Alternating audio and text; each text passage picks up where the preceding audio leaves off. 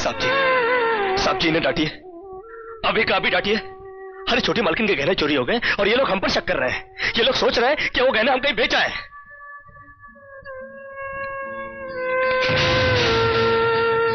बाकी के रुपए कहाँ है कृष्णा? क्या क्या पूछा आपने साहब जी? मैं पूछ रहा हूँ कि बाकी के रुपए कहाँ है? ये आप पूछ रहे हैं साहब जी अपने कृष्णा से? देखो कृष्णा, गलती हर इंसान से होती है। तुम मुझे सही सही बता दो कि गहने तुमने कहाँ बेचे, मैं तुम्हें कुछ नहीं कहूंगा।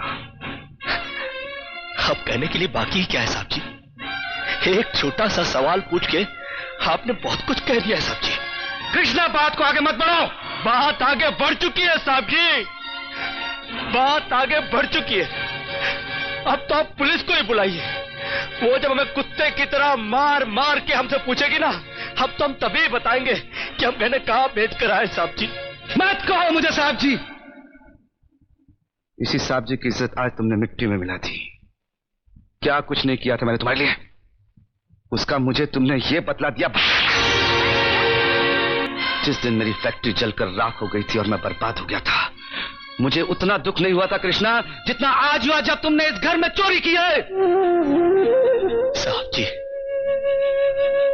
बचपन में जब हमारे माँ बाप मर गए थे ना और हम अनाथ हो गए थे ना, तब भी हमें इतना दुख नहीं हुआ था जितना दुख हमें आज हुआ है जब आपने हमें चोर कहा साहब जी। आपने हमें चोर कैसे कहा साहब जी?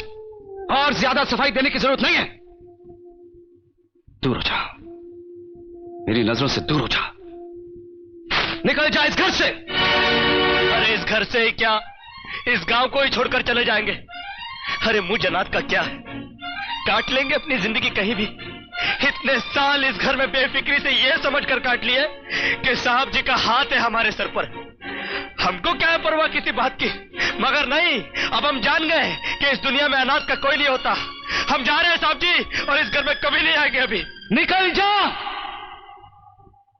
दोबारा इस घर की दहलीज में कदम भी रखा तो मेरा मरा हुआ मुंह देखेगा तू। अरे नहीं नहीं नहीं, मुझ नौकर के लिए अपने दिल को दुख देने की कोई जरूरत नहीं। मैं कदम भी नहीं रखूंगा यहाँ पर, कभी नहीं आऊंगा।